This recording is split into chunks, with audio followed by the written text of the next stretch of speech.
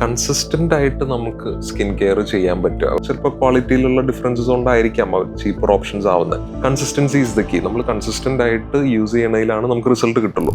Doctor, പല ആൾക്കാർക്കും പറയാറുണ്ട്, ഇപ്പോൾ എക്സ്പെൻസീവ് ആയിട്ടുള്ള ഒരു സ്കിൻ കെയർ പ്രൊഡക്ട്സ് യൂസ് ചെയ്ത് കഴിഞ്ഞാൽ അതാണ് ഏറ്റവും ബെസ്റ്റ് അവരുടെ സ്കിന്നിന് വേണ്ടിയിട്ടുള്ളത്. എന്താണ് അതിൻ്റെ ഒരു അഭിപ്രായം? എക്സ്പെൻസീവ് ആയിട്ടുള്ള skin care products are good. അത് ഈ പറഞ്ഞ പോലെ they're expensive for a reason and cheaper ones are cheaper for a reason. അതൊക്കെ ഉണ്ട്. പക്ഷെ ദ തിങ് ഈസ്, നമുക്ക് കൺസിസ്റ്റൻ്റ് ആയിട്ട് നമുക്ക് സ്കിൻ കെയർ ചെയ്യാൻ പറ്റുക, റുട്ടീൻ കറക്റ്റായിട്ട് ചെയ്യാൻ പറ്റുക. അതെങ്ങനെയാണെന്നുള്ളതിനനുസരിച്ചാണ് നമുക്ക് അഫോർഡ് ചെയ്യാൻ പറ്റുന്ന രീതിയിലുള്ള സ്കിൻ കെയർ പ്രൊഡക്ട്സ്.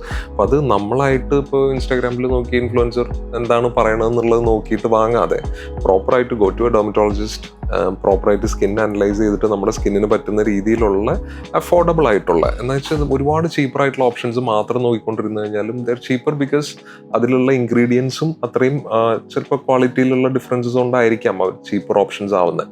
സോ അത്രയ്ക്ക് ചീപ്പർ ആവാനും പാടില്ല, എന്നാൽ ലൈക്ക് ഏറ്റവും എക്സ്പെൻസീവ് ആയിട്ടുള്ള പ്രോഡക്ട്സ് ആണ് എല്ലാം നല്ലതെന്നും പറയാൻ പറ്റില്ല.